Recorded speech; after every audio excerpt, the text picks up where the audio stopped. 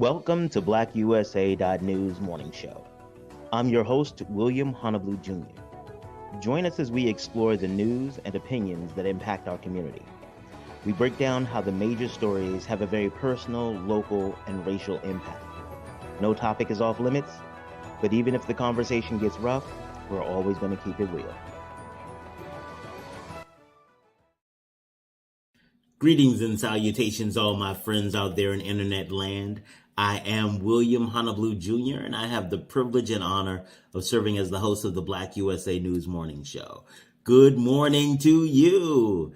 I'm excited for you to be here today, for me to be here today. We have a really great show planned. We're going to have some fun. Went back in the archives and found an interview I did with Corinthia Benison. We're talking about reentry.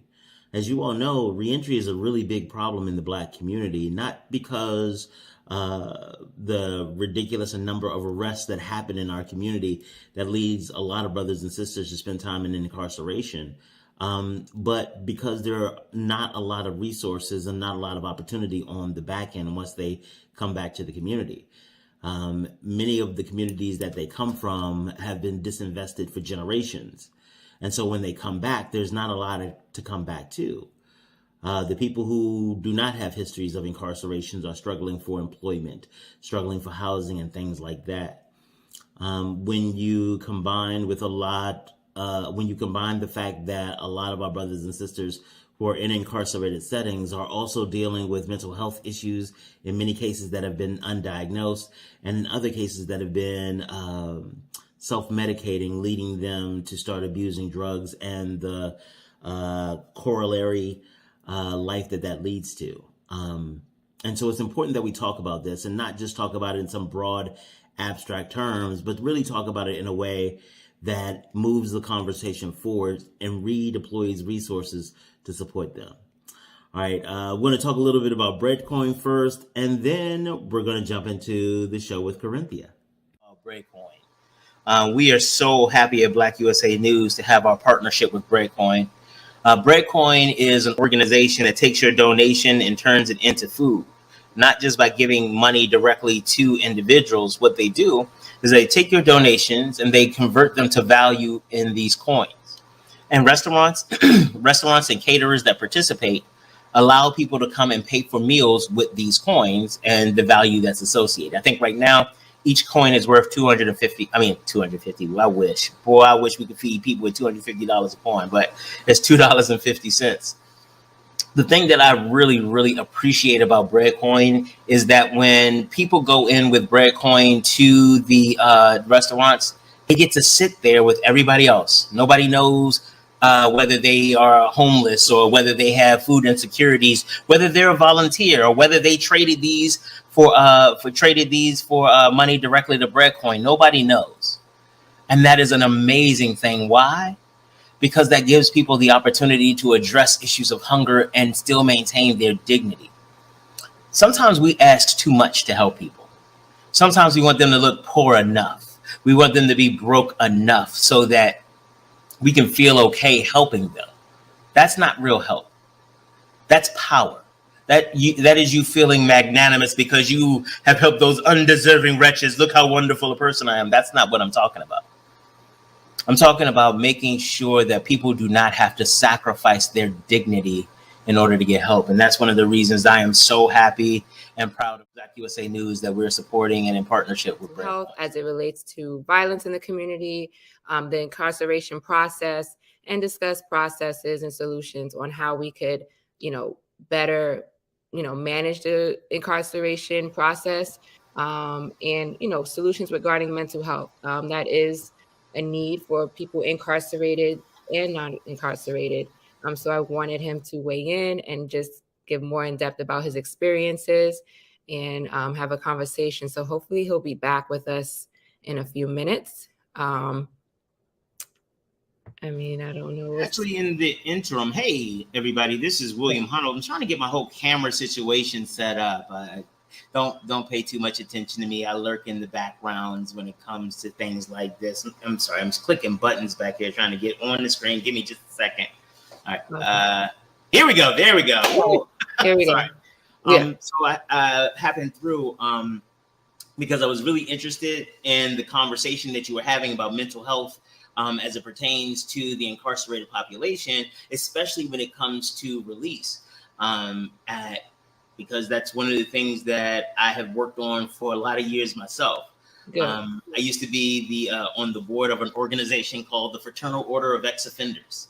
And so it's even in my legal practice, I worked with a lot of ex-offenders in things like they didn't really understand.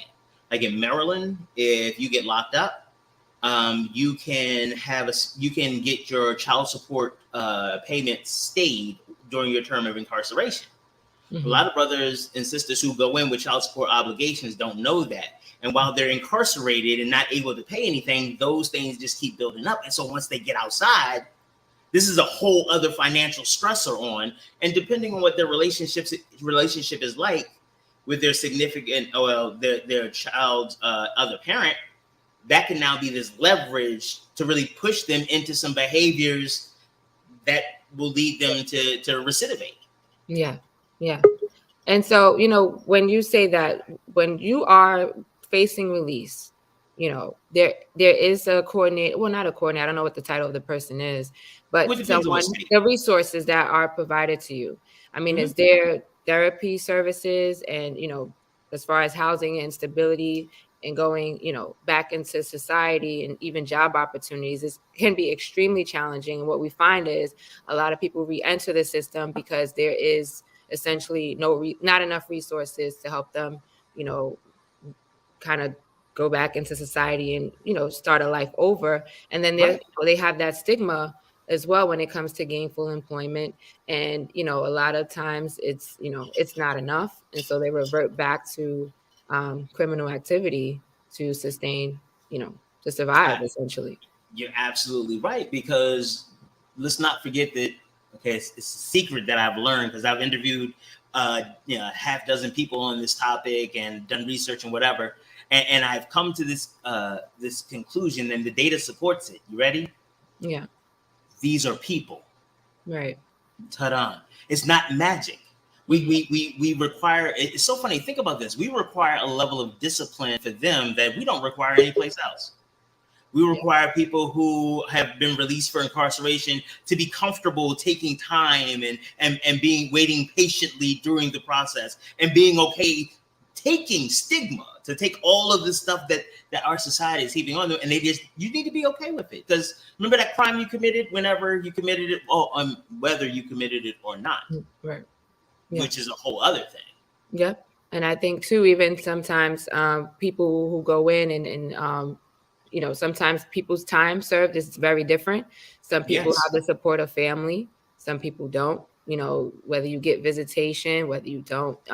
Those are all things I think mentally can weigh on a person's time served in the prison system. But, I think things have gotten better in a way where you are able to get a degree in prison now. You are able to learn some skills that can prepare you for the real world. So, the challenge isn't even what they're teaching them in prison. It's not even the skills development. It is what we do to them when they come back out. Yeah. Because, think about this. And we tend to think about these extreme examples, but let's use them. Three different sets. You have somebody who's been in for 6 months. Mm-hmm. What does that mean? That means that they are probably laid off of whatever job they were on. Yeah. They probably if they had any type of obligations, any type of bills or whatever, those bills have been piling up. And think about this, how funny it is, because think about just like a Planet Fitness membership. You got a $29.99 per month, every month. That's a bill coming out every month. Guess where you're not going? You in the yard. You ain't worried about Planet Fitness. But that's still, and it's those types of things. And these things negatively impact your credit. So 6 months of incarceration, you may have to spend 2 years trying to fix the stuff that happened. Rebound from that. Yep. And let's not forget, now you're back out. Who wants to hire you? Yeah. Because that's always the thing. And there are a lot of programs that won't allow you to live in certain public housing or get certain public benefits. Yeah. And so what do you when you leave people no other option? Yeah. And then require them to be okay with all of this? Yeah. That's asking to, that's not realistic at all. But You know, you have a lot of these legislators and people who sit up there and say that all happy and proud, like, look at what we're doing. We're punishing them. Like, who is them? yeah. And that's what happens when we get to other people.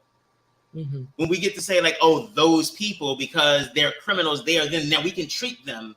They lose their humanity. They become less than.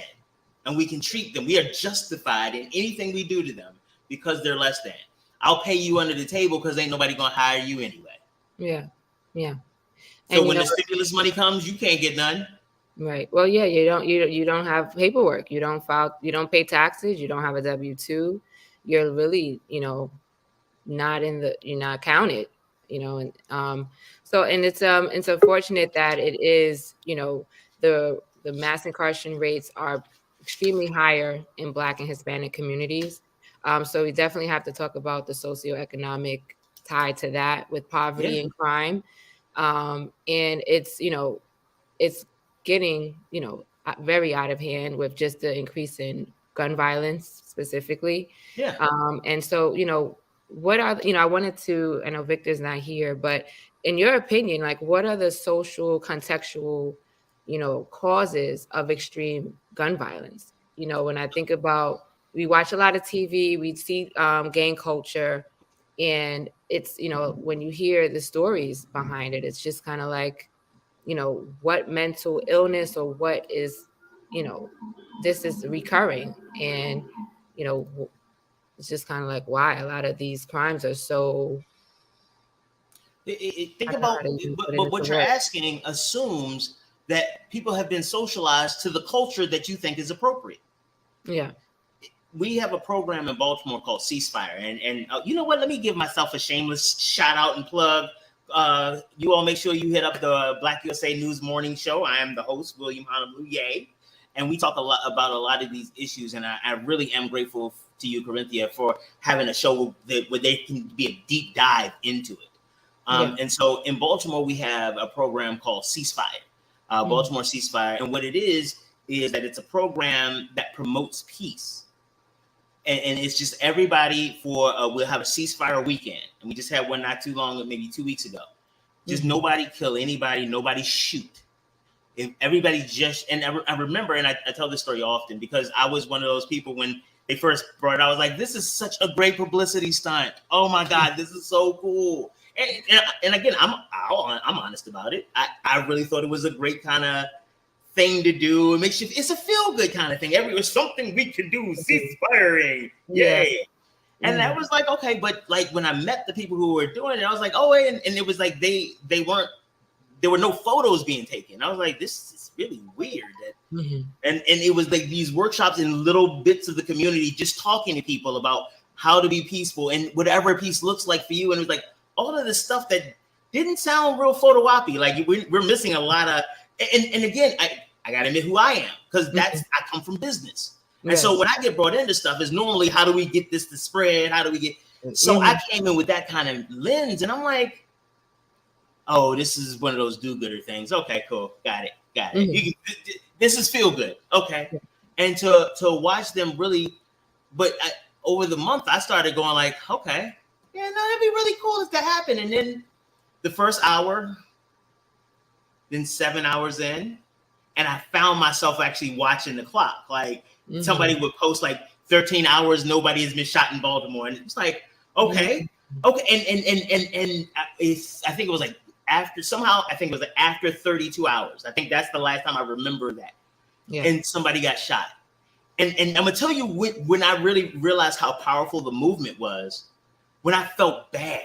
Not felt bad just because somebody got shot, because I didn't even realize I had gotten used to that. Yeah. I didn't realize how I got so used to it that anticipating nobody getting shot was something that I was hanging on to. And for me, it was that moment. It was like, oh damn, like we have been socialized, and again, I am what people would call mid-level, what do you call it, mid-income, mid-social, Middle economic, class. middle class. Thank you. Mm-hmm. I'm using all of those synonyms. That was crazy. Yeah. So I would be considered solidly middle class. Mm-hmm. So, you know, gun violence is not a normal part of my experience. Yeah. The news about it is, but not gun violence. And so it didn't even occur to me how I had gotten so numb to it that to expect peace, I got let down. Like I didn't even realize it had been so long since I had expected peace. Right. I got conditioned to violence. Yeah. And in working with them, having them on the show or whatever, one of the, you know, I have a lot of opinions about a lot of things, and I'm mostly right about all of them. Just put that out there. And so on the show, LNG, one of the members of Ceasefire, she was Darnell was talking. He was talking about how people give them backhanded compliments, like, how do y'all do that? Because I don't see y'all like. And I was like, next time somebody gives you a backhanded compliment, say fuck you. He's like, fuck you. I was like, it's a combination of fuck you and thank you. Yeah. And he said, what? I was like, to say that if you're going to give me a backhanded compliment, I'm gonna give you a backhanded response. Yeah. And LNG, she said, that's funny, but we're not going to use that. I'm like, okay. She said, because that statement in itself is an act of violence. And in that moment, again, that's why I really like working with this group, because they hit me with things like that. And it helps me understand more about who I am. Mm-hmm. Like in that moment, I didn't realize how I had been trained for violence, because I don't throw hands, but that very seldom has that needed to happen as an adult. Yeah. But so I don't think it's violent. But after she said that weekend, I just really had to reflect. When it's time to, when I'm putting together a strategic plan, we're talking about it, I talk about acts of war. I talk about, sometimes you got to break somebody's nose in marketing to send a message. And I was like, wow, I had been acculturated to such violence that had become such a part of me. Yeah. And again, I'm solidly middle class. Yeah. And I have a bunch of degrees and I have like titles and stuff, but at the humanness, and that humanness, if I can appreciate and hold myself accountable to that, then it makes it easier for me to understand the brothers and sisters that are actually incarcerated. Because if this is me, and I have an immense vocabulary, I'm one of the smartest people most people will meet. I only say I'm not the smartest because I don't know where your travels will take you. but so if I have these faculties, I have an amazing support system. Like when I tell you, my friends and family literally are godsend. Mm-hmm. I have all of this, and I still respond with that type of violence. Mm-hmm. What do we expect from somebody who has none of that? Or am I just? It could just be I'm totally left field, but. No. I think obviously, we use the term a product of your environment. And even for myself, I was not in the streets, not raised in the streets. My mama was not having it. And I'm not a street person at all. And even the environments that I was in, I went to public school, I went to Catholic school, I went to boarding school in New Hampshire, and I went to college in Delaware. So I was definitely not around a lot in the city. I felt like I was a frequent visitor, literally. Mm-hmm. Just summers and, my winter breaks and spring break, I'm in Harlem, I'm home. But most of my years from, 14 to 22, so to speak, 21, 22, I was away. And, I think, again, for me, violence, and even I think culturally too, I think, I've always had that toughness in me, just probably like my background in sports and even having a big brother, you got to be tough and stuff. And I had a few fights. I think, those are part of the normal development things, but I think definitely too, how we are exposed. Definite levels of exposure to violence. If that's something that's practiced or you just see consistently, you can reflect that. And I think culturally too, we do have this toughness, and even in Harlem, you gotta be tough. You don't let nobody walk over you. You don't let nobody disrespect you. And then we know what the fighting words are, right? Like, that's even what you trying to do growing up. Yeah, what you want? Right. And it could be, I've seen a few fights though, and it's very petty. Some of the things, Oh you yeah. said something to me wrong, you just coming out your mouth sideways. And then we're like, and in those kind of things, you feel, when you look at the dialogue, you're like, this could have really been de-escalated. But yeah, nonetheless, we have that culturally thing. This is a fighting words. And, a lot of times too, we kind of have to kind of consider like the effects of substance abuse with violence as well. And, a lot of times that could alter your mental state as well when you Right. are on a substance regularly.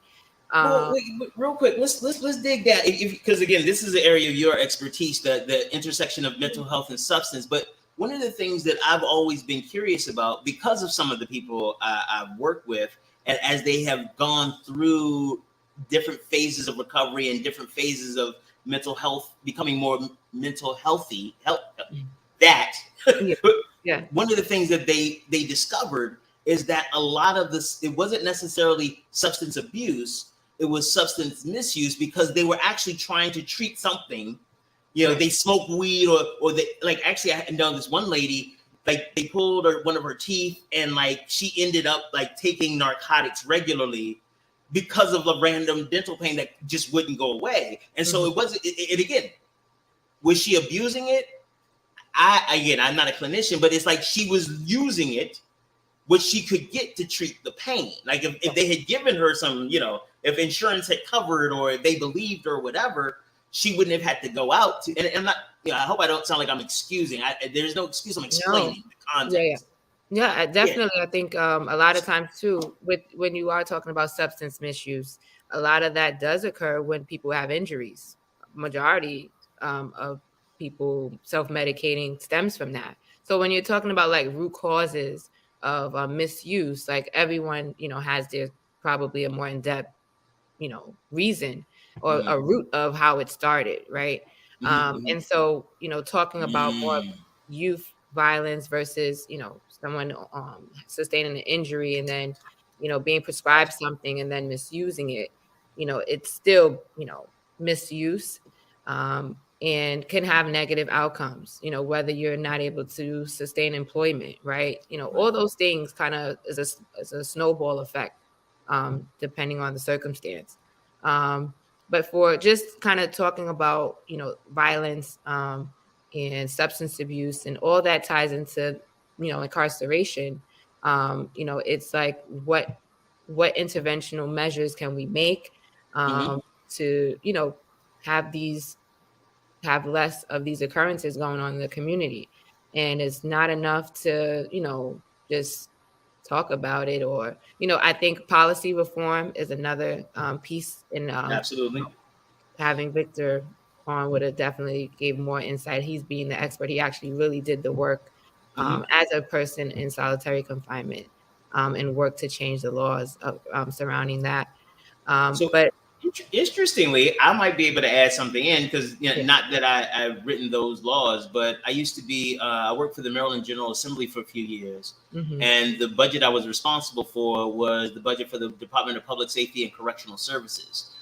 So I had to be, I had to do presentations to legislators explaining Fourth Amendment rights, the right to mental health treatment, and those types of treatments. And so again, with my advocacy work and in the community as well, I will not suppose to be able to speak from the lived experience, but I can at least speak to the policy and some of the implications and implementation issues on the ground. And you're absolutely right. It is again, these interventions need to take the individuals that you are dealing with into consideration at the policy level. It is not just cool to have people who are incarcerated, who have been incarcerated, who've been released, to come and testify to inform you. You need to actually have them with pens in hand, writing what should be included in it, because otherwise, let me help those people. And it's one of those things that when they're at the table, they can say like, oh, hey, actually, this is a great one. There was this organization that thought that had done this, wanted to do this open house for people who were returning citizens and and nobody was coming whenever they did one. They thought that, they really build themselves as this kind of, place for people who are returning to come. Reason was that in the community, nobody wanted to be known as a returning citizen. Wow. So you want me to show up? Hello, everyone. I have been locked up. You might not have known that before, but now I am going to the place. And because they didn't have anybody at the table when they made this decision, had they had one person who had a lived experience, they could say like, I don't know if you in this neighborhood, nah, you might not want to have that because I'm trying to get hired here. Yeah. And and part of my reality is, not my reality, but in this example, the ex-offender's reality is that they know that when people have identified you as an ex-offender or a returning citizen, then now that stigma is associated. Yeah. And many of them can't get beyond it. Yeah. Anytime anything's missing, they might not say anything, but it goes, I mean, I don't know. I mean, if we all just emptied our pockets, you're going to empty yours. And it's like, and part of the things that don't get taken into consideration with these programs is going through that hurts. Yeah. To know that you're going to walk into a room and that people will look down on you as soon as you get there. That hurts. The courage necessary to walk in there is a whole thing. That's a whole vibe. Like to just be able to be like, you know what? I'm going to put myself in a position for a minimum wage job so that somebody who has no lived experience can tell me that I'm not worthy to make $11.50 an hour. Yeah. 14 times a day or 14 times a week. Yeah. I'm going to do that and be okay with it. And by the way, don't get high. Don't smoke nothing. Right. Even weed. Don't take no extra. Don't do nothing. Don't drink either. And don't hang around your old support system because they are licensed. And if you get caught, your PO. Yeah, your parole. Yeah, your terms for your parole, everything. So, but still be okay and be okay doing this every day. Yeah. Oh, and whatever health conditions you might have. That's a whole lot. And look, whatever trauma you're coming out of prison that you've experienced, like, you got to still even talk about the healing from the prison experience as well. If talking about solitary confinement, a lot of inhumane treatment, right? Whether you were, we can get raw with it, whether you were raped, whether you were jumped, whether you you had to, and here's the other part. Where you had to yeah. Or you had to jump somebody. You have to do to survive in there. Right. And so to have that still, something that you have to heal from, that, you don't talk about, that you internalize, because sometimes too, what you do in jail, you leave in jail, or, that's what you try to do. It's a trauma response. It's a trauma. Not just a trauma response. It's a survival instinct. Yeah. Because the reality is, one of the things that is I've seen happen, or at least on one occasion, is a woman found out that her significant other had been raped in prison and left him. Wow. I mean, that by itself, like, what do you do with that? Yeah. On so many different levels. Like you're raped. That was disclosed without your authorization. Like, all of these things. And don't forget, you got to be at that interview at 9:00 tomorrow morning to get that. This job pays $14.50, so make sure you're on time. Yeah. And it's snowing, so make sure you put on your galoshes and leave the house an extra hour early because it's going to be buses. Yeah. And then don't bring up your personal life at work. Don't nobody care about that. You are so lucky to have a job. Yeah. Yeah, I think that's definitely a huge problem. And it's like, how do you hold employers accountable? Right. A lot of them have certain programs, and like those jobs that are definitely entry level, appropriated to a certain percentage of people who are, reentry or formerly incarcerated. And what type of employees are doing that, and how many aren't, right? And it's like, what can we do? And like, you have to probably blow the whistle too. Like, some of these companies may be discriminating on applicants as well. A lot of most, Here's the not thing, depending, more so frequently than not. make sure, I'm sorry, the discrimination piece is a big one. Make Yeah. sure wherever you are, because I know you're in New York, I'm in Maryland, and we got people in LA or whatever watching. Make sure you check with the laws of your state, because some of them have made discrimination because of incarceration or the way they ask the questions illegal. So because that was a really great point about the discrimination piece, because a lot of times what happens is that a lot of brothers and sisters don't even know the rights they have. Some of them have gotten the right to restore to vote in some of their areas, and they don't even know that. So I'm saying, make sure, if nothing else, Corinthia is absolutely right. They may be actively discriminating against you, so find out what the laws are in your state.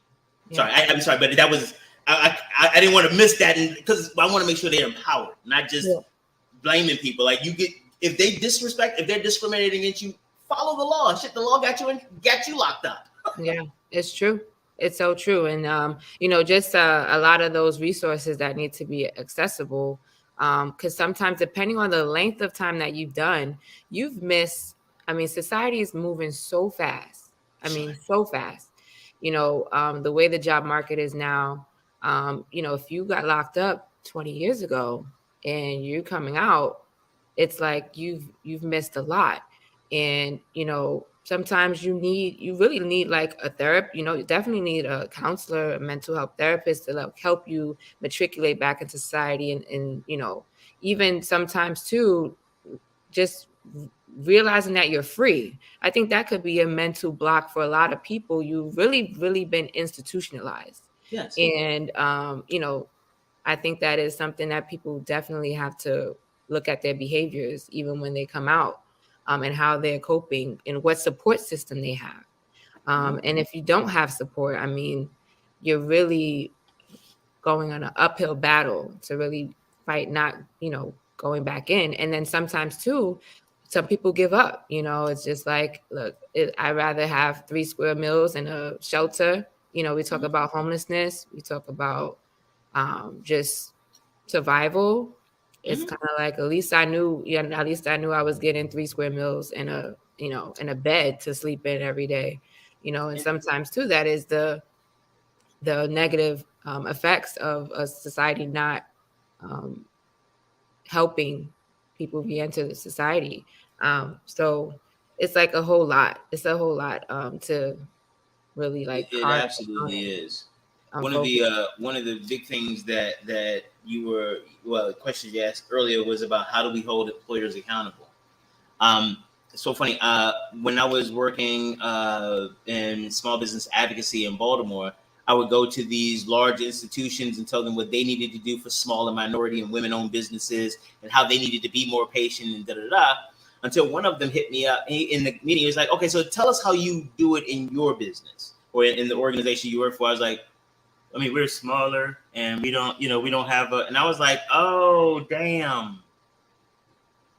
And so when you talk about holding people accountable, my first thing is model the behavior.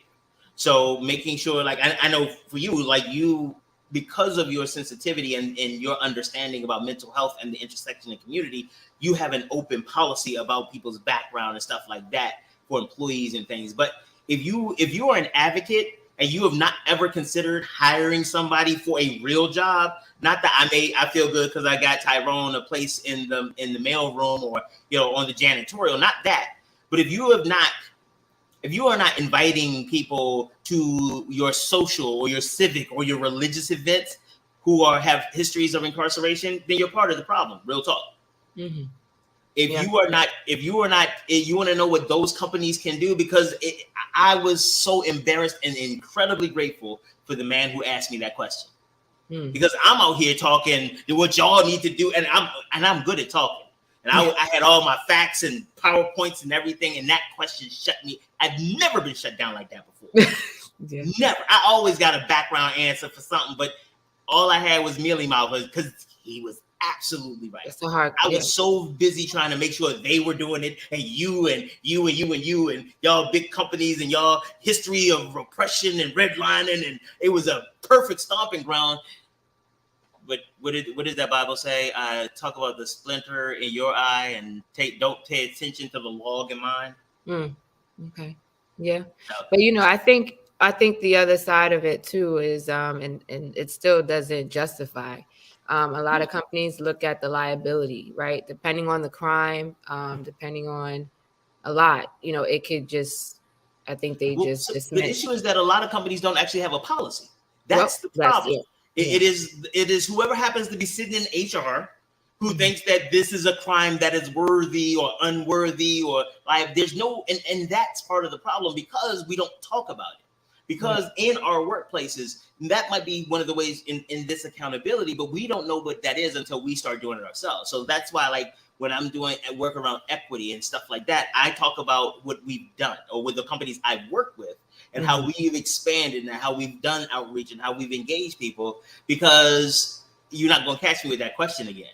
Right. Because I can tell you, and it makes for such a more robust conversation, because I can talk to these companies about, like, oh yeah, this is the piece of paper that you need to, because I remember one time there was something that wasn't working at an organization, and I tried to model it in one of the chambers of commerce, and I realized what it was. All they needed, because the way that it was working, people were sending emails and there wasn't a central formatting thing. And so it became a lot of work on the organization side. And so it became this back and forth. Well, we need you to, and the tension started. You know what I did?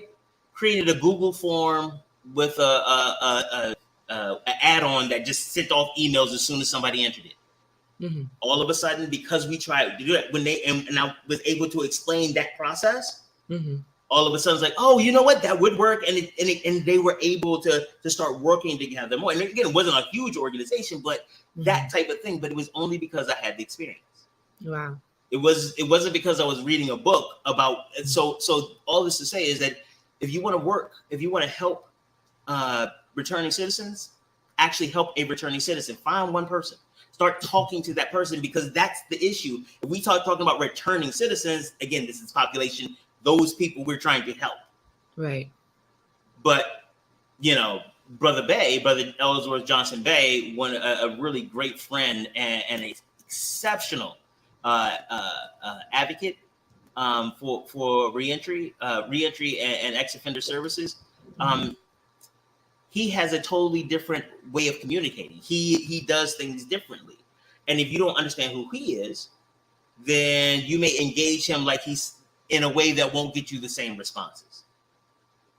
And so, again, understanding who he is, not understanding who they are. Because actually, watch this. If a guy or someone was interested in you, and it's like, oh, yeah, Corinthia, oh, she's a Black woman. You know how Black women are. All I got to do is treat her like a regular, all that. All that on your face. But how many times are we trying to create program for returning citizens? That's the same thing as the Black woman. Like, just treat them like returning, because returning citizens need. Oh, Black women like. What should I wear how should I talk to Corinthia? What Black women like it when you say this. Yeah. But they might be right about you or the women they know, and that might be an alignment. But do you see how fraught with problem it is if that's your entire motive? Yeah. Now, if I actually ask you, it's like, hey, Corinthia, what kind of cologne do you like? You might have something like I like the smell of Gouda. It's like, whoa, that's a cheese. But you know what? Whatever you're into, I slather it down like Mickey Mouse. But that's you. Yeah. But if it's just Black women, oh, every Black woman loves this fragrance. And we need to make sure that if we are holding the people accountable, that we are actually bringing people to the tables to have the conversations. You want to make sure that companies get held accountable, have them have advisory groups of ex-offenders that review policy before it goes out. Not advisory. Purely advisory. What's wrong with that? Before you put something in place that for a group of people you say you want to help, why don't you ask them? Yeah. Or do you know so much better than what they need than they do? Yeah. Well, it's like, well, who's doing that work, right? And how long does that take to implement and happen? And would that be another organizational idea to replicate throughout communities, specifically of color, that have the high mass incarceration rates?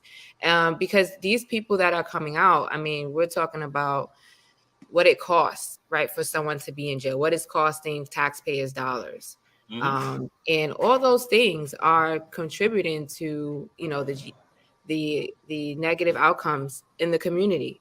So while we're talking about acts of violence costing the healthcare system, people, on the rates of homelessness, and even advocating for homeless people, it's been a huge struggle. A lot of communities don't want, homeless shelters around. Again, it's like a stigma with everything. Yes. And it's not, Not everything. Not everything. Not everything. Middle class white people, there is no stigma around that. Think about it. If a middle class white family if you want to move anything white class, a goal, right? To be white middle class is actually kind of a goal. Like, let's have a house. Let's, hand it down to in a certain type of neighborhood. Well, but that is like standard. I mean, that's like what people strive to, Right, but that's part of the problem. Yeah. You asked before about why some of these issues are so pervasive, because the white middle class is always the standard. And when you don't meet that standard, you could be dehumanized. That's why Donald Trump, for a lot of people, is giving God status, because he's above white middle class. That's why no matter how much a black person makes, they're still going to be below white middle class. They're going to be able to be told to, hey, and what is it? This $70,000 check you want to cash out of your account, Donald Kugler, you have to go and have the police called. But that kind of thing is because the white middle class, and because our returning citizens, they fall below that. They get othered so badly. Everybody others them, because if I get you to look at them, you're not looking at me. And so again, I'm back into, there are a lot of these wonderful programs on the ground and in these communities that are doing like literally life-saving work. And one of the things that at Black USA News we're doing is that we're trying to help those types of organizations, help them develop and help them grow. And so we have workshops that we do. You know what? I'm gonna do this right now. Are we gonna give away two free tickets to our grant writing workshop? 2 free tickets for our grant writing workshop. There should be a link in the description. Actually, just send an email to me. I'm gonna do this. Oh, you know what? You don't even gotta send an email to me. The first 2 people to go, whoever is the promo code is Donnie Glover, DONIGLOVER. Okay, I might write it down for you, but we're gonna. Oh wait, somebody's leaving comments. I'm sorry, I just got all. That Erica is one of the watches the morning show regularly, and she's trying to figure out why it's nighttime and I'm out here. Oh, your help. You're on the air with me talking about mental health. Yeah, that just trying to share some stuff. I know, that's all. But yeah, but that's one of the things. You have these organizations that are really doing great work in community, but they're not getting funded because one, they're working with those people, and the only way that they calibrate the value of those people is how we keep them out. So if you're not keeping them out, them having better mental health or them being part of a more stable community, we don't care about that. It's just how much money does it cost. Right. And again, that's when we dehumanize people. Yeah. That's when you make them like, oh, those people, I guess we can help them. It's some extra money, but guess what? When things get tight, that's the first place they're going to come to get their money back. Yeah. Well, I think society definitely has to look, we have to look in the mirror and say, how do we treat our people of poverty? How do we treat people that are re-entering society?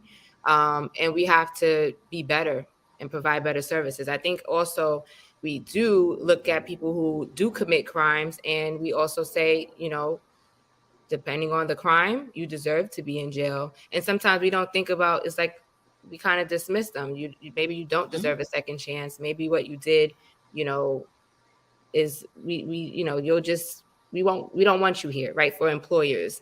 And so I think even when you talk about sexual offenders, you're talking about violent crimes, you're more likely to be discriminated against versus, maybe a marijuana offense or the interesting part is that across the board, the problem is that there is no more. There's no more or less. The issue is that across the board, it is the discrimination. It is when people, one of the reasons, one of the places that idea comes from is when you know more about incarcerated individuals and you understand the gradient and you understand the different things, you can understand why. But the reality is that the lady in HR, she got locked up. Your one of your addresses was a prison location. No, thank you. I mean, the person in HR, right? Who's the bias? Who's actually making the pool of applicants, right? If that person is biased or discriminatory, and then you say that that organization has no policy regarding what their, quota is or what they try to be, if they're trying to be diverse and have equity and inclusion, then you're right. That person has no shot. Well, not just that, but sometimes is that sometimes the businesses are barely able to do business. Yeah. Like again, a lot of the clients I tend to work with are smaller companies. Yeah, like small businesses, less than 50 employees. But some of my mid-sized companies, they still are struggling. Like the HR person is one of the people that started the company with, and they took over HR to begin with and just kept going to conferences, and now that's what they do. Right. And so some of it is a lot of this, and that's why, again, I come back to treating people as people. Right. Taking introducing them around, because again, if you bring me around, I'm not. When I don't know you, your title and your resume and your demographics are what I judge you on beforehand.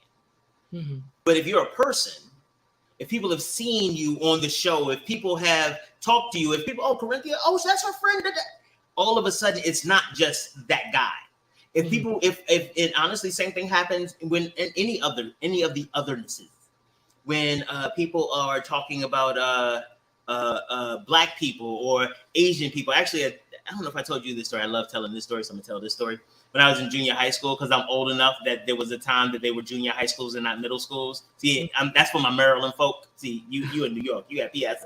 Anyway, and so this kid came to school. His name was Chu. He was Chinese, like straight Chinese. He spoke decent English, like easy to communicate, but like, didn't know a lot of words. Hell, we were in the middle school. I mean, junior high school is like 8th grade. And so, of course, we're in the 80s. So, of course, there's bullies everywhere and getting chased around school at the end of the day. We get chased into this hallway, dead end. And it's like, oh, God, we're going to get beat up. And Chu goes, what? And does something. They turn around like, oh, no, he knows karate. And they turn around, they run, and they leave us alone. I was like, oh, we are so lucky you knew karate. He's like, I don't know karate. And I was like, what? But that I will never forget, because it's illustrative. Mm-hmm. No matter what you actually, and I guess this goes in the opposite direction for a lot of returning citizens. Mm-hmm. Doesn't matter that they could have just easily whooped both our asses. Mm-hmm. The fact that he looked like somebody, right? They like literally ran away from us. Mm-hmm. Same thing when it comes with just because what you have a criminal record, you were locked up, people run away. Right. And once they now granted, oh wow, this actually does work really well, but not the hero. Once they did get to know us and realized Chu couldn't fight, we did get our asses whooped. But let's talk about a better outcome for. But the opposite, because remember, we're on the opposite side, but that actually works better for the returning citizen in this example. Because remember, initially they thought Chu could fight and he couldn't. For the returning citizen, they think he will still, or she will kill somebody at the job, and they won't. Right, and then the other flip side of that story, if you want to continue to a positive solution for employees to now think about, is that person could be your hardest working employee. That person could be outperforming the person who you thought, would be better. So like that is the test right there. That is the, to be. Oh, and don't be a douche if you do hire them. And what I mean by don't be a douche is don't treat them like you're doing them a favor. Like and honestly, real talk, if you are feeling like you're doing them a favor, and if you ever make it seem like that, you may not be in a good position to provide this type of support. You're not supportive. You are like everybody else. And I want to be clear about that, because you are still not treating them like a person. You're treating them like a stray you found, like, oh, look at my kitty, look at, and just like that, if that cat bites you, all of a sudden they're to the ASPCA. Yeah. And these are people. Yeah, I think that is another part of like even training in the workforce. Mm-hmm. Because what happens is too, and I've worked for different employees, and you kind of gossip, or you Yeah. talk about, oh well, this person, and you find out they're were incarcerated, and it could be another stigma in the workplace that makes that person feel even more uncomfortable. So I think that we have to talk about culturally sensitivity training for that as Absolutely. well, because sometimes too, that could be a trigger for someone who doesn't have access to mental health, who maybe got an opportunity, wants to move forward, but here in this new opportunity, they're still facing discrimination amongst peers, amongst their Right. management or of the such. So I think definitely from a workplace perspective, you definitely have to do more cultural sensitivity training as well. Yeah, for the And you have society. to hold the person in HR accountable. I think too, Yeah. it's not just checking a box and saying we have, we hired this percentage of reentry, formerly incarcerated people. But really do the research on it and see the people that you have brought on, what have they gone on to do? What have are you continuing providing And opportunities I'm to gonna just have have to give you some pushback on you that one. hire one person and that's it? Because the issue is, some of the issue is, and the businesses will always come back and say, so who's going to pay for this? And depending on what size the business is, let's never ever pretend two things. One, that our communities look the way they are by design. This is not an accident. The outcomes we are experiencing are not because of what we've done. It is in spite of what we've done. We have literally, we created an entire hymnal, entire hymn about we shall overcome. Like, it became a whole thing, and we keep overcoming, and they keep moving the goal line. They keep taking like all of the things. So we putting the onus. This is a social issue. Putting the onus this isn't a company issue, because these are people, and that's what I'm saying. We get back down to the individual humanist, because as a small business owner, what it sounds like is you want me to basically redesign my business around ex-offenders or reentry. And that's not what we're asking, but they can't hear it because of their lived experience. Now, could I ask you, are there certain industries that should be more inclined to do that than others? I think that while the focus is on industry, I think, and this is my opinion and my absolute bias. Anybody that know me know what's about to be. I think people would have a bias about what industries or what. I think the best thing should be more inclined to do that, right? I think the best industry is the industry of entrepreneurship right now for returning citizens, primarily because it means that there's a lot of disclosure and again, I'm not talking about lying to people, but like a lot of personal disclosure that you don't necessarily have to do. That you can build a company and you become an employee of the company and you still go out and get the work. And again, that's why at BlackUSA.news, we do a lot of this type of support. And with my company, The Grinding Gang, helping these small businesses, especially people from disinvested communities, because even if you are building your business and your business is not able to support you by itself, the skills, if we put it together correctly, the skills that you're able to develop and the portfolio of experience you're able to develop can help you actually in your career. We can help find you opportunities to volunteer and network, and again, humanize that entire experience. Because the other part of this is, you would be surprised who is an ex-offender if you think about it. The great civic leaders who have DUIs, ex-offenders. We got in an argument. I mean, it wasn't really, it's just a lockup. Didn't get convicted. What's the big deal? What's the big difference? And so a lot of this is, and I say this all the time, there but for the grace of God go I. Because I can think of when I was young, there were at least 3 incidents that had another police officer found me or talked to me or whatever. My mouth at the time could have got a hold of my heart. Oh, wow. Straight. Wow. You don't have the right to do this. I am not doing. I have my constitutional. Oh, really?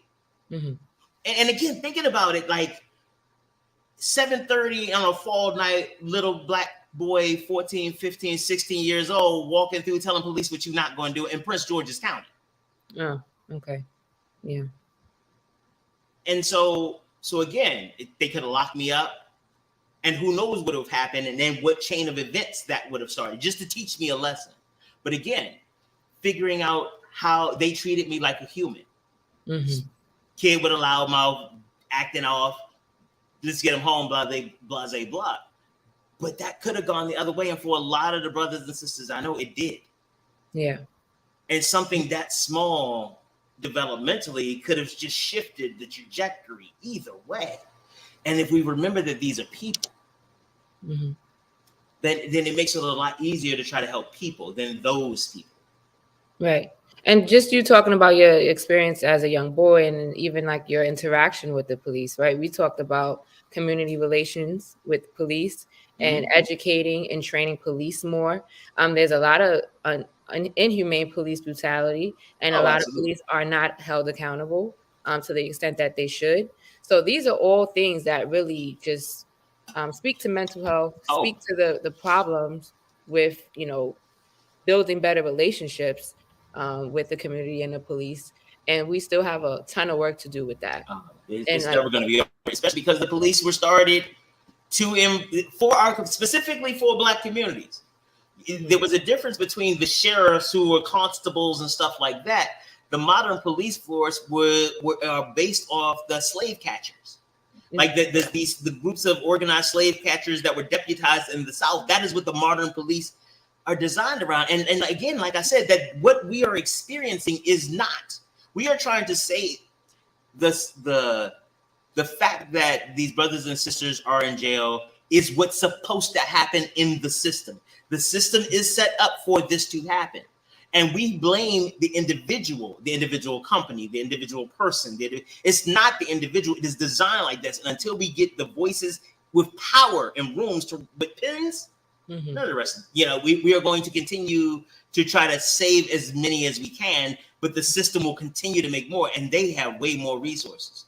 Yep. It is about coming in and holding people accountable. It is about holding our politicians accountable. It is not letting them lie to us and try to pretend that it's okay. It is asking questions like, why do we have so much money? Like literally, the biggest enemy we've been trying to stave off for the last half century is getting their asses whooped by a small place that's borrowing weapons from us. So what is all this military spending for? And why is it, what did it say? We have 7% of the world's population, but 25% of the incarcerated individuals on the planet? Yeah. Because it makes too much money. Slavery was too beneficial to our system. And now instead of overseers, we call them correctional officers. I have some great friends who are correctional officers, but they are no more different than the overseers of before. They're just better. They're rules. We have good masters now. And there's so much money that it is an incredible transfer of wealth. Like I said, I used to work on the budgets for this. Yeah. We were dropping hundreds of millions on medical care alone, and it was still subpar. And the thing is, not saying that they needed better medical care, but why did we have them incarcerated to begin with? Because it made people money. Right. Because no matter how much money they said they were losing, their share prices kept going up. Interesting. Yeah, the privatization of jails. Right. And so this is the thing. It's like all of this stuff. It is not, it is overwhelming. And each one of us comes at it with our own point. But making sure that as we are taking care of our own pieces, we recognize that we all got it. We can't go like some people go with politics. Like if you're pro-life, you'll follow anything so long as it's pro-life. Or if you're pro-gun, you'll follow anybody who's pro-gun. We can't be like that with this policy. We need to make stuff that makes sense. Yeah, I definitely agree. And so when you say stuff that makes sense, what is really practical? Not practical. Because the people in charge define what practicality is by saying these are the resources. We need to start on what do we need to do, and we need to ask returning citizens what we need to do. It's like, because we have taken as a society, we have taken their power and their freedom, and we've also taken their voice. And then as they are dehumanized, and all of the images of them in prison, these animals, they look like animals. They're always bulking up. They're always fighting and savage. They don't talk about the ones who are studying, the artists in there. No. That's not entertaining. You only get the riots and the and so we are orientated that these are animals. I mean, hell, you listen to some of these. What was it? What were we in the 90s? Super predators, I believe we were called. And so that was by Joe Biden and Hillary Clinton, like, dog. That was with the drugs and the violence. But you see what I'm saying? So this dehumanization is the problem. And we all need to recognize that if you're not bringing them to church with you or to the cookout or when there's a real job opening, sending it to people, then you're part of the problem. Mm-hmm. You're doing performance. You're doing like, look at me, I'm so wonderful. And that's mighty white of you. Very colonizing. Wow. Yeah. Wow. We talked about a whole gamut here. It's so funny. I was planning just to listen in on this to hear what Victor had to say, but then it's like, wait, I get to talk. I get to talk again. We're probably gonna have to have him back next week, right? So we could expound on his perspective, what he's gone through, what he's actually done to implement policy. That's where the change really starts. When you are reforming, amending, changing things that are in place to keep us down. So I definitely want, I'm going to invite him back next week if he would come on and have the time to expound on this conversation. But, definitely thank you for weighing in. Thank you for everyone who listened in. And also want to hopefully have William Palmer, who's another guest as well. And maybe you could do a panel discussion. So I'm looking forward to, continuing this conversation surrounding mass incarceration, mental health, and, talking about solutions and advocacy for these people who need a voice, who need resources, and for the community to help lift them up and, re-enter society. So thank you all for listening this evening. I'm Corinthia Benison, founder of Renaissance Center of Mastery. William Honablu, thank you for joining me. Please follow us, on rcmxsocialjustice.com. Our Instagram is rcmxsocialjustice.com, and so is Facebook. And I will be back next week, same time, same place. Thank you all for listening, and you have a great night.